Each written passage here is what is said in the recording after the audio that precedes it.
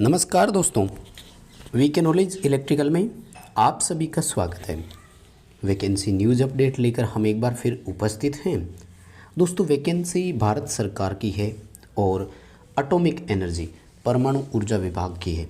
Bhabha atomic research centre, nuclear recycle board यानी NRB में ये वैकेंसी है। आईटीआई और डिप्लोमा दोनों के लिए वैकेंसी है। क्या क्राइटेरिया रखा गया है, कौन कौन अप्लाई कर सकता है, इन्हीं सब पर हम इस वीडियो में आपके साथ चर्चा करेंगे। आप इस वीडियो को कंप्लीट लास्ट तक जरूर देखिएगा। हमारे चैनल पर नए हो या अभी तक चैनल सब्सक्राइब नहीं किया हुआ है तो चैनल सब्सक्राइब ज़रूर कर लीजिएगा। इस वीडियो के डिस्क्रिप्शन में लिंक दिया हुआ है, हमारा एंड्रॉयड ऐप डाउनलोड ज़रूर करें। ऐप में फ्री प्रैक्टिस टेस्ट उपलब्ध है, पेड कंप्लीट कोर्स भी अवेलेबल है। पूरे भारत में आप किसी भी एग्ज़ाम की तैयारी करें, एक सपोर्टिव इफ़ेक्टिव कोर्स आपको यहाँ पर मिलेगा। दोस्तों, चैनल पर बहुत सारा कंटेंट और मटेरियल उपलब्ध है कंपटीशन एग्ज़ाम में, वो भी आपके लिए सपोर्टिव रहेगा। आप चैनल की प्लेलिस्ट में जाकर सभी कंटेंट को देखिएगा। चैनल अपने दोस्तों को शेयर ज़रूर कीजिएगा। आइए दोस्तों, इस भर्ती की बात करते हैं। दोस्तों, वैकेंसी जो इसमें है वो है स्टाइपेंडी ट्रेनी फर्स्ट और ट्रेनी सेकंड, दो कैटेगरी होती है इसमें, और एक डिप्लोमा के लिए है, दूसरा आईटीआई होल्डर्स के लिए है। कहाँ कहाँ इसमें अगर अपन देखें तो तारापुर के लिए भी है और कलपकम के लिए भी है, दो होते हैं इसमें। तो अप्लाई आप कर सकते हैं इसमें। आइए जान लेते हैं पोस्ट कितनी उसकी सीटें हैं और एजुकेशनल या टेक्निकल क्वालिफ़िकेशंस क्या क्या रखी गई है, सिलेक्शन कैसा होगा, इस पर भी बात करेंगे हम। चलिए दोस्तों, मैं आपको इलेक्ट्रिकल डिप्लोमा की सबसे पहले बता देता हूँ। यहाँ पर स्टाइपेंडी ट्रेनिंग कैटेगरी फर्स्ट के नाम से है डिप्लोमा वालों के लिए। टोटल यहाँ पर 13 सीट है और इलेक्ट्रिकल इंजीनियरिंग में डिप्लोमा किया हुआ होना चाहिए।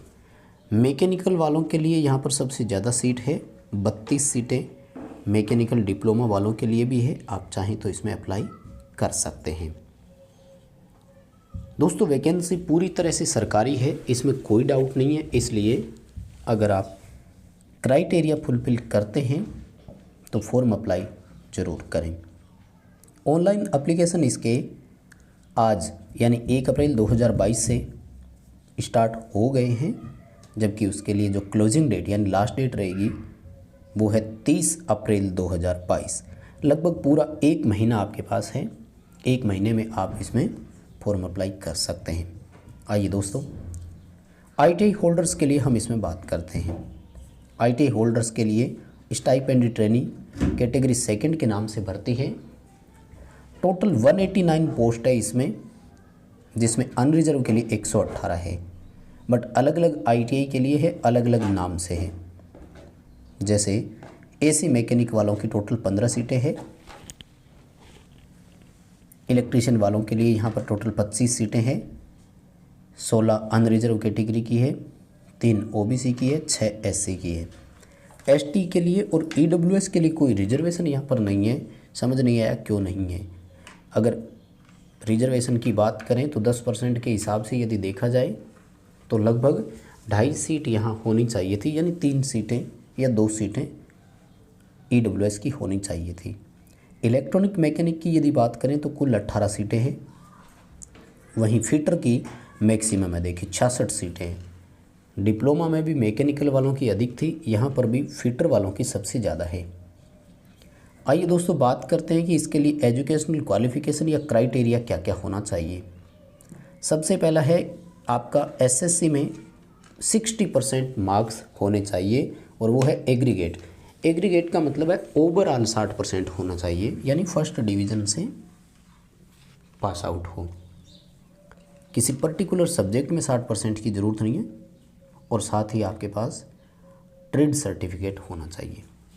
ट्रेड सर्टिफिकेट किस किस ट्रेड का मांगा गया है, देखिए यहाँ पर एसी मैकेनिक का, इलेक्ट्रीशियन का, इलेक्ट्रॉनिक मैकेनिक का, फिटर का, इंस्ट्रूमेंट मैकेनिक, मशीनिस्ट, टर्नर और वेल्डर, इतने सारे यहाँ पर। और देखिए क्या क्या क्राइटेरिया रखा है कि आईटीआई 2 वर्ष का होना चाहिए। अब प्रॉब्लम होगी, जैसे वेल्डर है तो वो तो 1 साल की है ना, तो फिर उसको क्या करना होगा, 1 ईयर का अप्रेंटिसशिप साथ में दिखाना होगा। अगर 2 वर्ष का अप्रेंटिसशिप किया है तो भी चलेगा। और लगा हुआ है ना, और का मतलब है अथवा, यानी इनमें से कोई एक क्राइटेरिया आप फुलफ़िल करते हैं तो भर पाएंगे। ITI NCVT है, 1 साल का, 1 साल का एक्सपीरियंस चलेगा। ITI 1 वर्ष का है, 1 वर्ष की NAC है, तब भी चलेगा, आप यहाँ पर फॉर्म भर सकते हैं। तो दोस्तों ये था ITI होल्डर्स के लिए।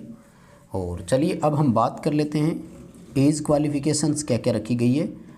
तो एज की जो क्राइटेरिया रखा गया है वो 18 से 22 वर्ष का है।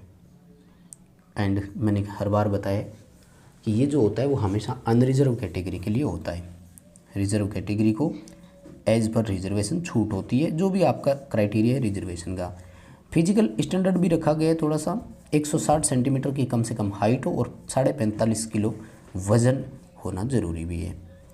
2 वर्ष की ट्रेनिंग पीरियड रहेगा, लगते तो कोई परमानेंट नहीं करेगा, तो इस दौरान आपको नियत वेतन मिलेगा।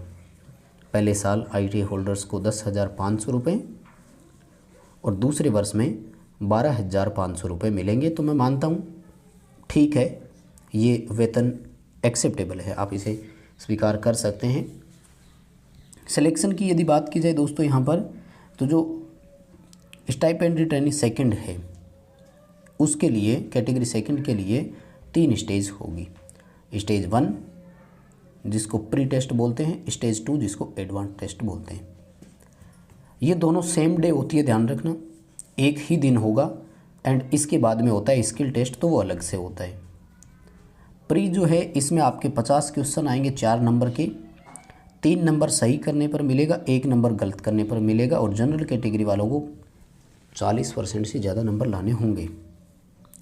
20 मैथ के आएंगे, 20 साइंस के आएंगे और 10 नंबर जनरल अवेयरनेस के इसमें आएंगे। जनरली खैर ये तो सबका सिलेबस जो है वो सेम ही रहता है, आपने देखा होगा, जैसे NPCIL में है तब भी यही रहता है लगभग। एडवांस टेस्ट की यदि बात करें तो ये अपनी ट्रेड से रिलेटेड होंगे, जिसमें 50 क्वेश्चन आएंगे और 30% कम से कम आपको नंबर लाने पड़ेंगे। 3 नंबर आपको सही क्वेश्चन का मिलेगा, जबकि 1 नंबर की नेगेटिव मार्किंग यहाँ पर रहेगी। बड़ी बात क्या है कि मेरिट लिस्ट जो है वो इसी स्टेज की बनेगी, यानी स्टेज सेकंड से ही मेरिट बनेगी, यहीं से आपका सिलेक्शन होगा और आपको ट्रेड टेस्ट के लिए बुलाया जाएगा। स्किल टेस्ट या ट्रेड टेस्ट बोल सकते हैं इसको। तो ट्रेड टेस्ट के लिए आपको ज़्यादा कुछ नहीं करना, क्योंकि ये केवल क्वालिफाइंग इन नेचर होती है, यानी गो और नो गो बेस होता है। मतलब अगर स्किल टेस्ट क्वालिफाई कर लिया तो ठीक है, आप इन, अदरवाइज़ आप आउट हो, ठीक है। और सक्सेसफुल के बाद, यानी जब आपका ट्रेनिंग सक्सेस हो जाएगा 2 वर्ष के बाद, तो आपको कौन सी कैटेगरी मिलेगी। देखिए, कैटेगरी सेकंड में टेक्नीशियन बी और टेक्नीशियन सी 2 पोस्ट होती है। टेक्नीशियन बी जो होगा उसके लिए जो है वो लेवल 3 रहेगा, 21,700 रुपये पेमेंट रहेगी, जबकि टेक्नीशियन सी के लिए लेवल 4 रहेगा, 25,500 रुपये की बेसिक रहेगी। ध्यान रखें, बाकी जो सेंट्रल गवर्नमेंट, देखो केंद्र सरकार की नौकरी है दोस्तों, मैं निवेदन करूंगा यदि आप क्राइटेरिया फुलफ़िल कर पाते हैं तो फॉर्म अप्लाई ज़रूर करें, अच्छी मेहनत करें, क्योंकि भारत सरकार की नौकरी है। केंद्रीय कर्मचारियों की सभी रूल आप पर सीधे तौर पर लागू होंगे। टेक्नीशियन बी, टेक्नीशियन सी, ये बेसिक के अलावा अदर अलाउंसेज जितने भी होंगे वो सभी अलाउंसेज आपको मिलेंगे। दोस्तों, किसी और जानकारी के लिए आप ये पूरा PDF नोटिफिकेशन पढ़ें, उसके बाद ही फॉर्म अप्लाई करें। ये PDF नोटिफिकेशन आपको हमारे टेलीग्राम लिंक पर भी मिल जाएगा, और टेलीग्राम का लिंक आपको वीडियो के डिस्क्रिप्शन में दिया हुआ है, आप वहाँ से भी इसे ले सकते हैं। पूरा नोटिफिकेशन पढ़ने के बाद ही फॉर्म अप्लाई करें। और फॉर्म अप्लाई कैसे करना है, देखिए ये रही आपकी ऑफिशियल वेबसाइट, आप अपनी स्क्रीन पर देख पा रहे होंगे, nrbapply.formflix.com। ये आपको अप्लाई करना है, आप यहाँ से अप्लाई कर सकते हैं। 1 अप्रैल से शुरू हो जाएगा और 30 अप्रैल 2022 जो है वो लास्ट डेट यहाँ पर रहेगी। दोस्तों, एप्लीकेशन फ़ीस भी कोई ज़्यादा नहीं है, ध्यान दीजिएगा, लगभग 100-150 रुपये की फ़ीस रखी गई है। तो मुझे लगता है कि हर कोई इसमें फॉर्म अप्लाई कर सकेगा। इस वीडियो को लाइक कीजिएगा अपने दोस्तों को फॉरवर्ड ज़रूर करिएगा।